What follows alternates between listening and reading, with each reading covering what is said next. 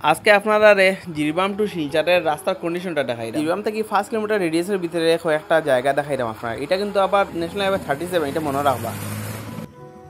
দেখুন, double engine triple ইঞ্জিনের সরকার, কিন্তু রাস্তাঘাটের অবস্থা দেখুন। এই রাস্তা গিয়া মণিপুর লাগছে, এটা ন্যাশনাল হাইওয়ে 37, শিলচর হইয়া খাসার হইয়া এটা মণিপুর ঢুকছে। এই রাস্তা জিরবাম থেকে 5 কিলোমিটার জায়গার ভিতরে এমন কয়েকটা জায়গা আছে, খুব মারাত্মক জায়গা। এই জায়গাটা দেখো, এই জায়গাটার মধ্যে গাড়ি যাওয়ার রাস্তা নাই, মধ্যেখানে মোটা গর্ত একটা বইছে, ফুসকনি হয়ে বইছে।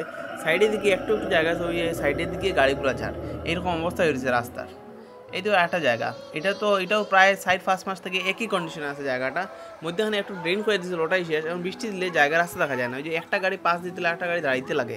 জায়গার অবস্থা দেখো, এখানে লাগে গর্তর মধ্যে রাস্তা করছে, রাস্তার মধ্যে গর্ত নাই, রাস্তা তো নাই, খালি গর্তই দেখা যায়। রাস্তা কন্ডিশন খুবই খারাপ। এই যে এইটা হলো আরেকটা জায়গা, এটার মধ্যে দেখো রাস্তার মধ্যেখানে গর্তই হবার। সরকারের কোনো একটা দায়িত্ব নাই যে রাস্তাগুলো বানাইতো। আজ থেকে 4 থেকে 5 মাস হয়ে আসছে রাস্তাগুলো ভাঙছে, কিন্তু এখন অবধি কোনো তারা সরকারের কোনো হস্তক্ষেপ এখনও দেখছি না আমি। ব্যানারটার মধ্যে লেখাটা দেখুন, আরও স্বর্গীয় আরও সুন্দর। এই গাত পড়লে সব স্বর্গীয় হয়ে যাবা, সুন্দর আর হইতো না। রাস্তার অবস্থা দেখো, এটা বলে সুন্দর আর স্বর্গীয়। ব্যানার লাগাইলে বড় বড় প্রচার করা, আর নিজের রাস্তাঘাটের অবস্থা দেখো। এগুলো সরকারই তো দায়িত্ব রাস্তাগুলো ঠিক করার, নাম পাবলিকে করতো। এটা রাস্তা না, এটা একটা মরণ ফাঁদ হয়ে রয়েছে এখন।